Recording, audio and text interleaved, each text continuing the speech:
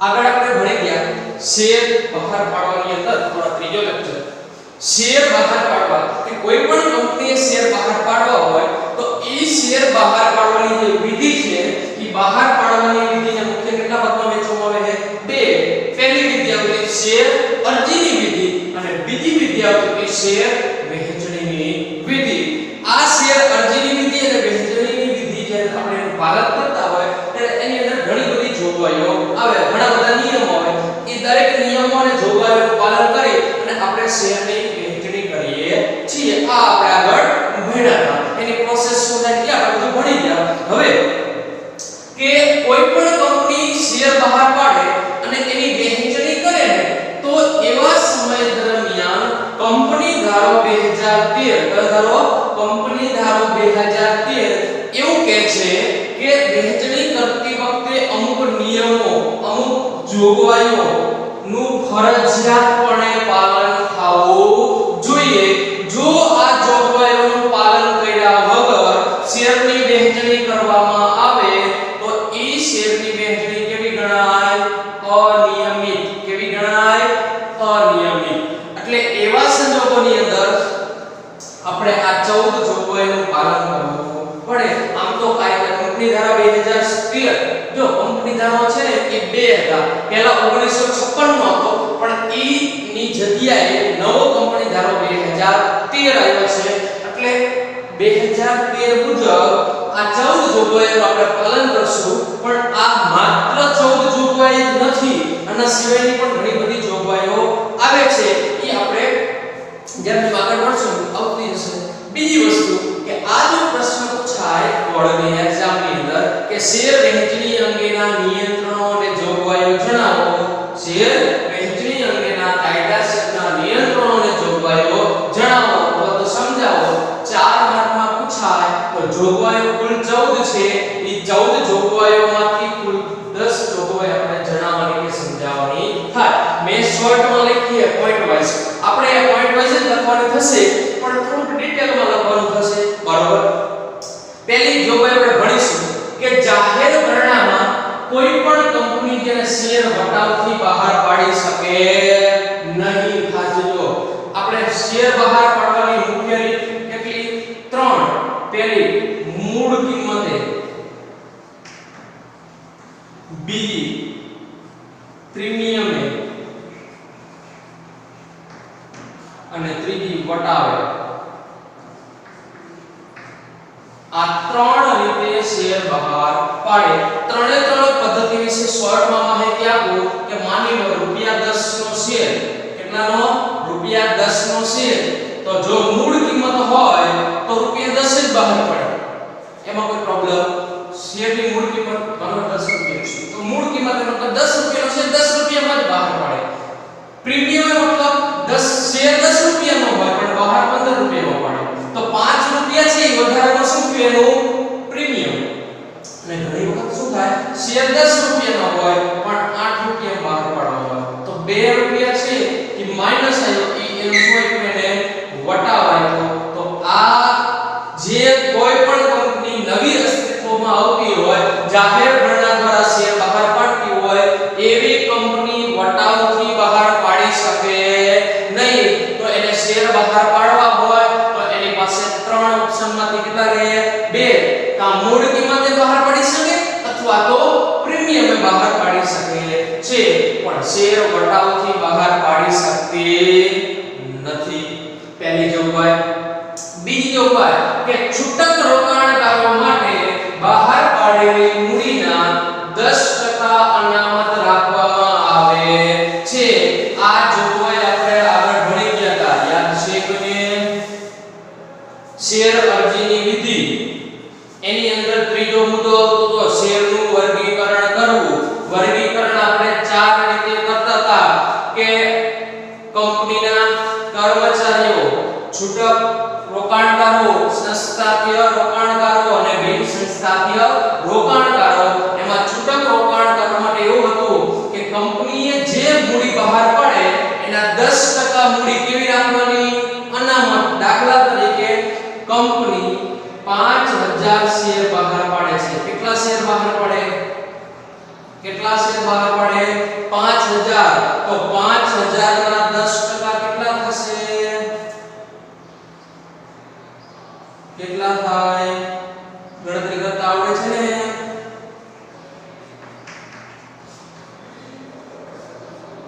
કેટલા થશે 500 શેર હવે આ 500 શેર કોના માટે અનામત રાખવાના છૂટક રોકાણકારો માટે કોના માટે છૂટક રોકાણકારો માટે માની લો કોઈ પણ કંપની અસ્તિત્વમાં આવી અને 4 ભાગ પાડ્યા પેલું છે છૂટક બીજું સંસ્થાકીય બિન સંસ્થાકીય અને કર્મચારીઓ તો આ વ્યક્તિઓ જે અધિક આપણે કુલ અરજીઓ કેટલી લઈ લઈશું 5000 એમાંથી 500 તો કોના માટે અનામત રાખી દીધી આપણે ઓછામાં ઓછી 500 વધુમાં આવે તો દેવાની જે હોય પણ 500 તો એને દેવાની પછી જે આવે આને જેટલી આવી એટલી આવે પણ 500 કોના માટે અનામત રાખી દેવાની 500 મતલબ આપણે આંકડો યાદ રાખવાનો આપણે શું યાદ રાખવાનો કે છૂટક રોકાણકારો માટે બહાર પાડેલી મૂડીના 10% અનામત રાખવી પડે છે કેટલા ટકા 10% મૂડી બહાર પાડેલી મૂડી હોય 5 કરોડ મૂડી હોય તો 5 કરોડના 5% થાય એટલી મૂડી આપણે બહાર રાખવાની એટલે અનામત રાખવાની ઈના શેર ઈ મૂડીના શેર બીજા કોઈ વર્ગને દઈ શકાય નહીં પણ દઈ શકાય માત્ર છૂટક રોકાણકારને જ આપી શકાય છે જોગવાઈ નંબર 3 રોકાણકારો આસબા પદ્ધતિ દ્વારા જ અરજી કરી શકે આસબા શું છે યાદ છે શેર અરજીની વિધિની અંદર મુદ્દા નંબર પહેલો એની અંદર આવતું આસબા એટલે application supported by block amount તમને આગળ યાદ રખાવો કે સેબીએ માર્ગદર્શિકા બહાર પાડી હતી 1/1/2016 ના રોજ એ માર્ગદર્શિકા મુજબ કોઈ પણ રોકાણકાર અરજદાર કે જે કંપનીના શેર ખરીદવા માંગે છે જાહેર ભરણા દ્વારા એ વ્યક્તિએ આસબા દ્વારા જ અરજી કરવી પડે છે આસબા પદ્ધતિ છે શું તો આપણે ખબર છે શોર્ટમાં કીધું કે આ પદ્ધતિ મુજબ અરજદારના ડિબેટ ખાતામાં નાણાં શું કરી દેવામાં આવે બ્લોક કરવામાં આવે શેરની વહેંચણી થાય એટલે એના ખાતામાં જમા થઈ જાય એટલે એ નાણાં એમાંથી ઉપડી જાય એટલે ચેક કે કોઈ દેવાની જરૂર પડતી નથી એ આસબા પદ્ધતિ દ્વારા એટલે કોઈ પણ વ્યક્તિ જો શેર ખરીદવા માંગતો હોય તો ફરજિયાત એને કઈ પદ્ધતિનો ઉપયોગ કરવો પડે આસબા પદ્ધતિ દ્વારા જ અરજી કરવી પડે છે બાકી કોઈ ઓપ્શન છે આગળ વધો શેર અરજી સ્વીકારવા માટે જાહેર ભરણું ખુલ્લું મૂક્યાના 10 દિવસની અંદર એને સ્વીકારવી વહેંચણી કરવી શેર બજારમાં નોંધણી કરવી જેની સમગ્ર પ્રક્રિયા પૂર્ણ થઈ જાય છે આપણને યાદ હોય તો શેર અરજીની વિધિની અંદર બીજો મુદ્દો તો આપણો શેર અરજીઓ મેળવવી એની અંદર આપણે લખ્યું હતું કે કંપની વિજ્ઞાપન પત્રમાં જાહેરાત આપશે કે 3 થી 5 દિવસ ભરણું ખુલ્લું રહેશે ડાઉટ થયો અહીંયા આપણે એમ કીધું કે 3 થી 5 દિવસ ભરણું ખુલ્લું રહેશે અને અહીંયા આપણે એમ કહી છે 10 દિવસ ખુલ્લું રહેશે તો બંનેમાંથી સાચું કોણ બંને અહીંયા આપણે શું કીધું કે કંપની શેર ભરણું કેટલા દિવસ ખુલ્લું રાખી શકશે 3 થી 5 દિવસ આ સમય દરમિયાન તમે અરજી કરી શકો છો આ 3 થી 5 જે દિવસ આપ્યા કંપનીએ એ 5 દિવસમાં તમારે અરજી કરવાની કેટલા દિવસમાં 3 થી 5 દિવસમાં પછી કંપની વહેંચણી કરે પછી શેર બજારમાં નોંધણી કરે આ તમામ સમયગાળાનો ટોટલ કેટલા દિવસમાં થઈ જવું જોઈએ 10 દિવસમાં ખબર પડી છે શું કીધું અરજી સ્વીકારવા માટેથી જાહેર ભરણું ખુલ્લું રાખ્યું આપણે 3 થી 5 દિવસથી માંડીને 10 દિવસની અંદર આ જે તારીખે આપણે અરજીઓ સ્વીકારવાની ચાલુ કરી ત્યાંથી માંડીને 10 દિવસની અંદર અરજીઓ મેળવવાની એની વહેંચણી કરવાની એની શેર બજારમાં નોંધણી કરવાની આ તમામ પ્રક્રિયાઓ કેટલા દિવસમાં પૂરી થઈ જવી જોઈએ 10 દિવસમાં અને 3 થી 5 દિવસ આપણે શું કરીએ ભરણું ખુલ્લું રહેશે એટલા દિવસ આપણે અરજી કરી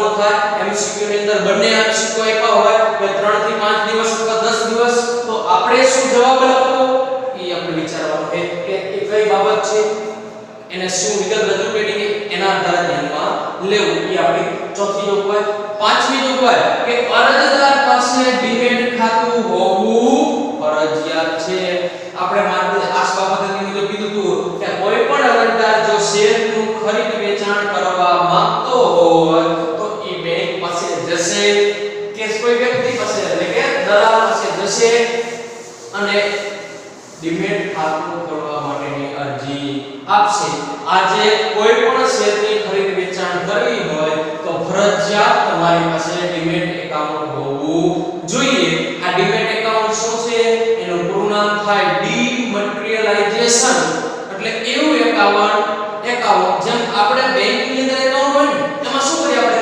નાણાંની લેવડ દેવડ કરી શકીએ એમ આ ડીમેટ એકાઉન્ટની અંદર શેરની લેવડ દેવડ થાય બીજો કોઈ વહીવટ થાય નહીં ડીમેટ એકાઉન્ટ હોવું ફરજિયાત છે આગળ કીધું કે બહાર પાડેલી મૂડીના 90% અરજીઓ મળવી જોઈએ નહીંતર લઘુત્તમ ભરણું ભરાયું ન કહેવાય અને આવા સંજોગોમાં કંપની અસ્તિત્વમાં આવતી નથી બીજો ખાસ સાંભળજો કે કંપનીની કુલ મૂડી કેટલી છે 5 લાખ કેટલી છે 5 લાખ એના 90% કંપનીએ બહાર પાડેલી મૂડી 5 લાખ એના 90% એટલે કેટલી થાય 4,50,000 રૂપિયા માટેની અરજીઓ આવેલી હોવી જોઈએ અથવા તો બીજા શબ્દમાં કહું તો કે માની લો 50,000 શેર છે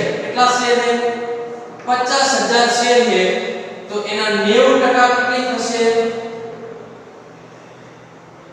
45,000 શેર ખરીદવાની અરજીઓ 45,000 શેર તમારા વેચે જવા જોઈએ જો કોઈ કંપની છે એને ભરણું બહાર પાડ્યું અને 3 થી 5 દિવસ એને ભરણું ખુલ્લું રાખ્યું અને એના 45,000 નહીં પણ 42,000 શેર વેચાણા પણ વેચાવા કેટલા જોઈતા હતા 45 આ 45,000 શેર છે ને અથવા 4,50,000 છે ને એને શું કહેવાય લઘુત્તમ ભરણું શું કહેવાય આ તમે 11મા ધોરણના બીએ માં આવી ગયું યાદ હોય તો કંપનીના લક્ષણમાં જો આ બેમાં ફેર શું છે માત્ર આપણે ગુણાકાર જ કર્યો શેરની કિંમત મળે આ શેર છે શેર ગુણ્યા એની કિંમત કરીએ ગુણ્યા એની 10 રૂપિયા એકની શેરની કિંમત માની લો તો 4,50,000 એટલે બંને સેમ જ છે આપણે તમને આ કુલ મૂડી છે અને આ શેર છે ખબર પડી ને માં એટલે જો કોઈ કંપની પોતે જે મૂડી બહાર પાડી છે એની 90% રકમ 45,000 શેર ખરીદવાની અરજી આવવી જોઈએ ઇન શોર્ટ એમ કહી શકાય કે 44,999 અરજી આવી એક અરજી ઓછી નહીં તો પણ કંપની અસ્તિત્વમાં આવતી નથી જેટલા શેર ખરીદવા માટેની અરજી આવી હતી એના નાણાં એલાય પરત કરવા પડે આ કંપની ધારાની જોગવાઈ છે કે મિનિમમ 90% ભરણું ભરાવવું જોઈએ જેને લઘુત્તમ ભરણું ભરાયું કહેવાય જો લઘુત્તમ ભરણું ન ભરાય 90% અરજીઓ ન આવે તો કંપની અસ્તિત્વમાં આવતી નથી કંપનીનું અસ્તિત્વ પહેલા જ વિસર્જન થઈ જાય છે એટલે ખાસ યાદ રાખવાનું કેટલા ટકા ભરણું 90% ભરણું ભરાય તો એવું કહેવાય કે લઘુત્તમ ભરણું શોર્ટમાં એવું કહેવામાં આવે કે તમારી કંપનીની કુલ મૂડી 100 રૂપિયા કે 100 રૂપિયા લઈને ધંધો ચાલુ કરતો હોય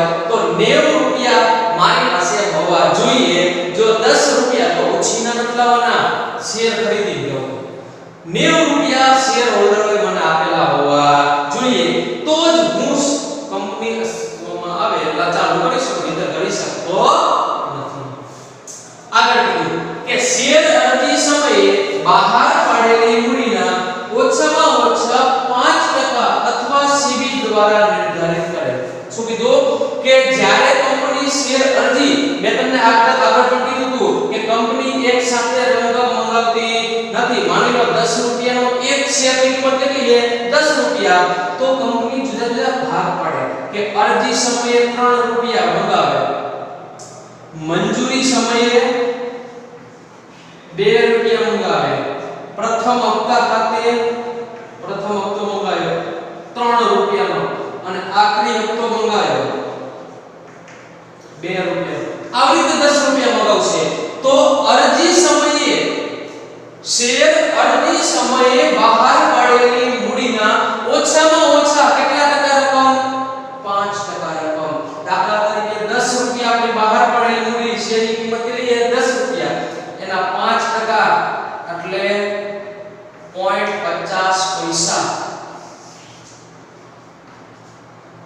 અડધો રૂપિયો 50 પૈસા, ઓછામાં ઓછા 50 પૈસા મગાવે.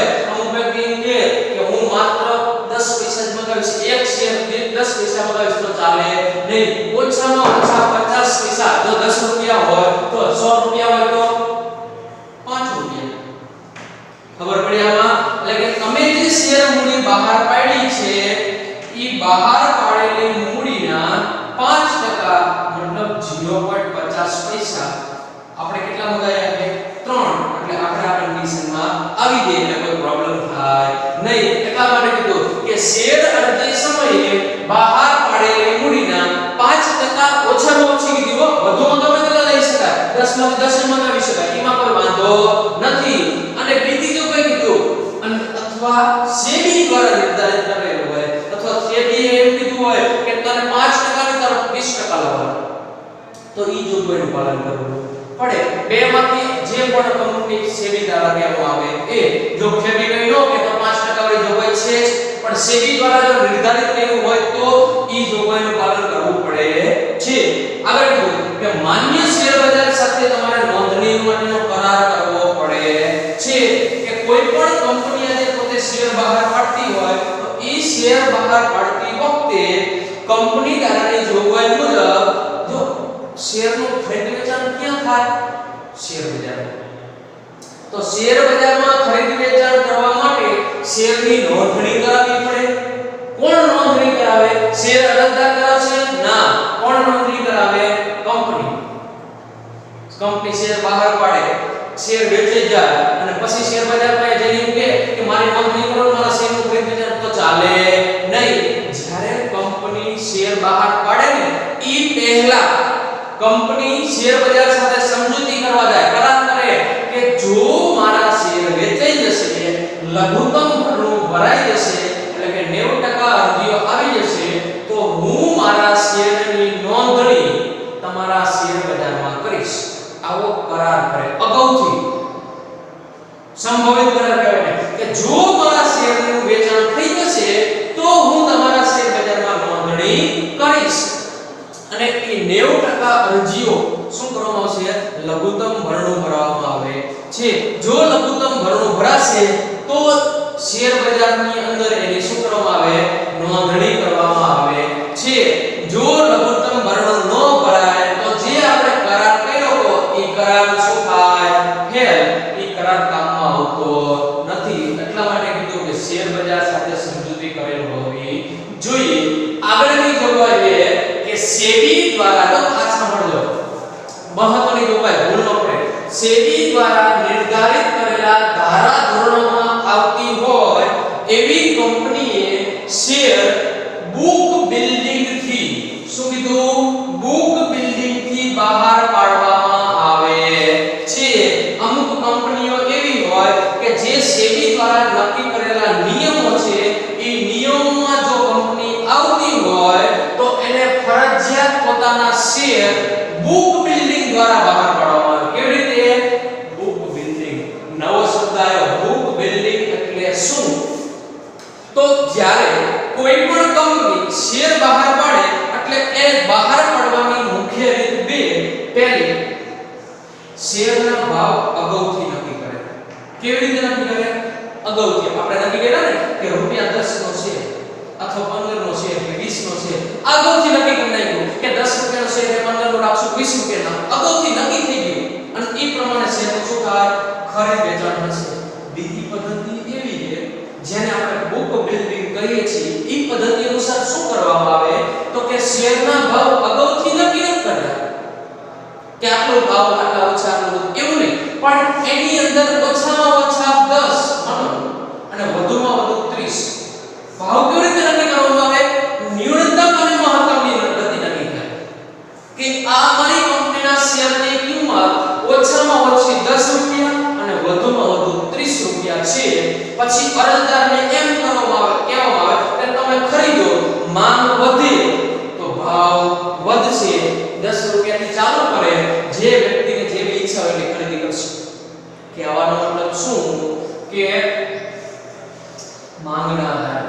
જો કંપનીના શેરની માંગ વધુ હોય તો ઈ કંપનીના શેર ભાવ વધશે 15 રૂપિયા 20 રૂપિયા 30 રૂપિયા મેક્સિમમ સુધી. બુક બિલ્ડિંગ કરવું મતલબ બોલી લગાવીને ભાવ નક્કી કરવામાં આવે એને કઈ શું કહેવાય બુક બિલ્ડિંગ થી. જો કંપની આ પોઝિશનમાં હોય એના સેબી દ્વારા નક્કી કરેલા નિયમોમાં આવતી હોય તો એને બુક બિલ્ડિંગ થી બહાર પાડવી પડે છે. અને જો આ નિયમોમાં આવતી ન હોય તો પોતાની અગાઉથી જે નક્કી કરેલી કિંમતે બહાર પાડી શકે છે તો કોઈ પ્રોબ્લેમ છે નહીં. હવે એ પોઈન્ટ છે એના આધારે બીજો પોઈન્ટ આપ્યો છે કે જે અગાઉથી નક્કી કરેલી કિંમતે બહાર પાડે તો એને શું વિજ્ઞાપન પત્ર અને બુક બિલ્ડિંગના ભાવે બહાર પાડે. એટલે કે બુક બિલ્ડિંગ દ્વારા બહાર પાડે તો રેડ હેરિંગ પ્રોસ્પેક્ટસ એને કોની પાસે સેબી પાસે મંજૂર કરાવવો પડે છે. કોઈ પણ કંપની શેર બહાર પાડવા કોઈ પણ કંપની પછી અગાઉથી કિંમત નક્કી કરી હોય કે માંગ દ્વારા નક્કી થતી હોય કોઈ પણ કિંમત નક્કી થતી હોય બંને પોઝિશનની અંદર એક સિચ્યુએશન કોમન છે કે તમારે સેબી પાસે વિજ્ઞાપન પત્ર બહાર પાડવું પડે છે. આ વિજ્ઞાપન પત્ર છે ને ઈ કોણ બહાર પાડી શકે? જો કે જો અગાઉથી કિંમત નક્કી કરેલી હોય આપણે કીધું ને 10 રૂપિયા અગાઉથી નક્કી થઈ ગઈ તો એને વિજ્ઞાપન પત્ર સેબી પાસે મંજૂર પાડવાનું. વિજ્ઞાપન પત્રની વ્યાખ્યા આપણે ખબર છે તો એને શું બહાર પાડવાનું વિજ્ઞાપન પત્ર. અને કોઈ કંપની એવી હોય કે જેને માંગના નિયમના આધારે નક્કી થતી હોય કિંમત બુક બિલ્ડિંગ વાળી આ છે ને તમે કીધું ને તો એને શું મંજૂર કરાવવું પડે રેડ હેરિંગ પ્રોસ્પેક્ટસ. શું રેડ હેરિંગ પ્રોસ્પેક્ટસ મતલબ વિજ્ઞાપન પત્ર જ થાય પણ આગળ રેડ હેરિંગ પ્રોસ્પેક્ટસ એ વિજ્ઞાપન પત્રનો બીજો પ્રકાર છે. વિજ્ઞાપન પત્રના ત્રણ ચાર પ્રકાર આવે પ્રોસ્પેક્ટર ન્યૂ ઓફ સ્ટેટમેન્ટ આ પ્રકાર આવે એમાં રેડ હેરિંગ પ્રોસ્પેક્ટસ એને મંજૂર કરાવવું પડે છે. એના વિશે ડિટેલમાં આપણે ભણવાનું નથી માત્ર આપણે એનું નામ જ યાદ રાખવાનું કે જો કંપની અગાઉથી નક્કી કરેલ કિંમતે શેર બહાર પાડે તો વિજ્ઞાપન પત્ર બહાર પાડવું પડે મંજૂર કરાવવું પડે. અને જો બુક બિલ્ડિંગ દ્વારા શેર બહાર પાડે તો રેડ હેરિંગ પ્રોસ્પેક્ટસ મંજૂર કરાવવું પડે છે.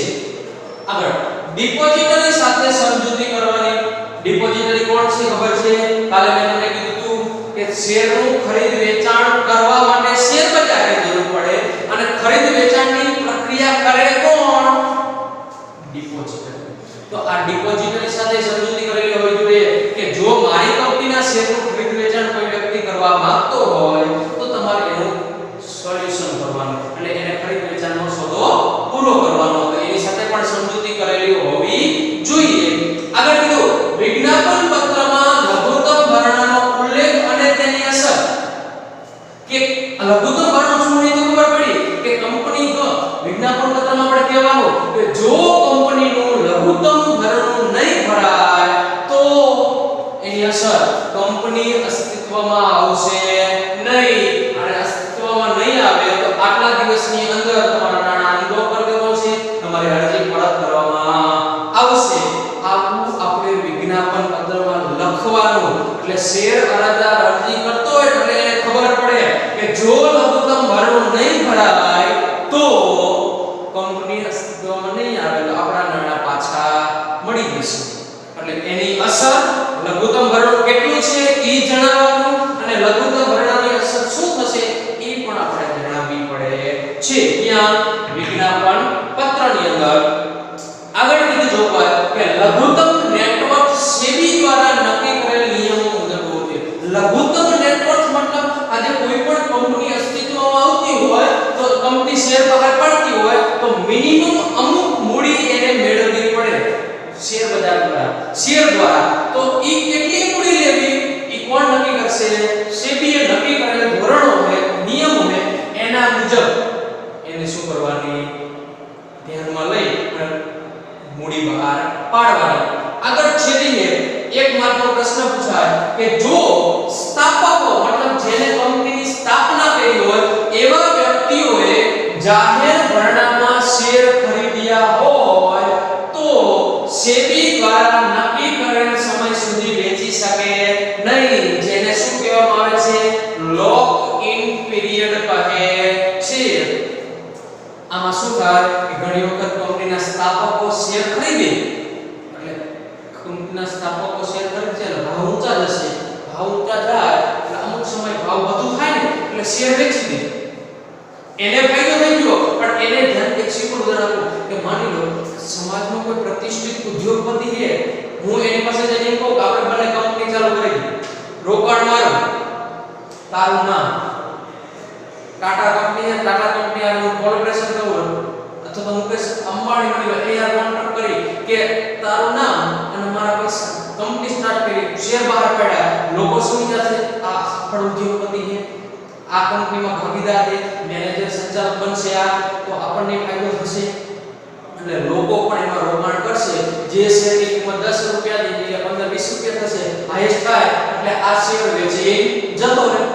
આવું બનતું હતું. એટલે એને રોકવા માટે સેબીએ શું કર્યું તો કે સ્થાપક હોય ને એ સ્થાપક એ કંપનીના શેર અમુક નિશ્ચિત સમય સેબીએ નિર્ધારિત કર્યું મને 5 વર્ષ, તો 5 વર્ષ સુધી ઈ વ્યક્તિ શેર વેચી શકે નહીં. કોણ? સ્થાપક. જેથી કોઈ પ્રોબ્લેમ ઊભો થાય નહીં. એને આપણે શું કહીએ? Lock in period. કે જો સ્થાપકોએ જાહેર ભરણામાં શેર ખરીદ્યા હોય તો એ નક્કી કરેલ સમય સુધી વેચી શકતા નથી. એને આપણે શું કહીએ? લોક ઇન પીરિયડ કહીએ છીએ. આ હતી આપણી 14 જોગવાઈ. ખબર પડી? શોર્ટમાં ફટાફટ બધી જોગવાઈ બોલું. જાહેર ભરણામાં શેર અગાઉથી બહાર પાડી શકે નહીં. છૂટક રોકાણકાર માટે કેટલી 10% રકમ શું રાખવાની? અનામત. મૂડી બહાર પાડવાની અનામત રાખવી. રોકાણકાર અરજી કેના દ્વારા કરી શકે? આસબા પદ્ધતિ દ્વારા જ અરજી કરી શકાય. અને ભરણું ખુલ્લું મૂક્યાની અંદર, ખુલ્લું મૂકવાની તારીખથી 10 દિવસની અંદર ભરણું ભરાઈ જવું જોઈએ, વહેંચણી થઈ જવી જોઈએ અને શેર બજારમાં એની નોંધણી પણ થઈ જવી જોઈએ. અને અરજદારે અરજી કરવા માટે ફરજિયાત શું જોઈએ? ડીમેટ એકાઉન્ટ હોવું જોઈએ. અને બહાર પાડેલી મૂડીના કેટલા ટકા?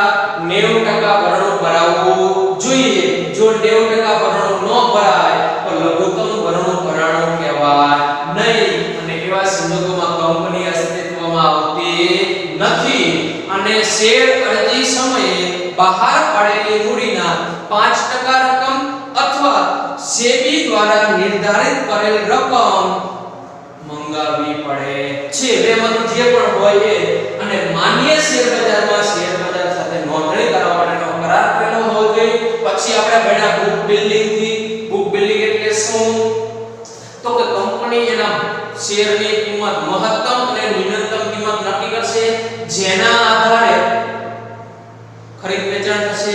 અને જો કંપની અગાઉથી નક્કી કરેલ કિંમતે શેર બહાર પાડશે તો વિજ્ઞાપન પત્ર, અને બુક બિલ્ડિંગ દ્વારા બહાર પાડશે તો રેડ હેરિંગ પ્રોસ્પેક્ટસ. કોની પાસે? સેબી પાસે અગાઉથી મંજૂર કરાવવું પડે છે. અને ડિપોઝિટરી સાથે સમજૂતી કરેલી હોવી જોઈએ.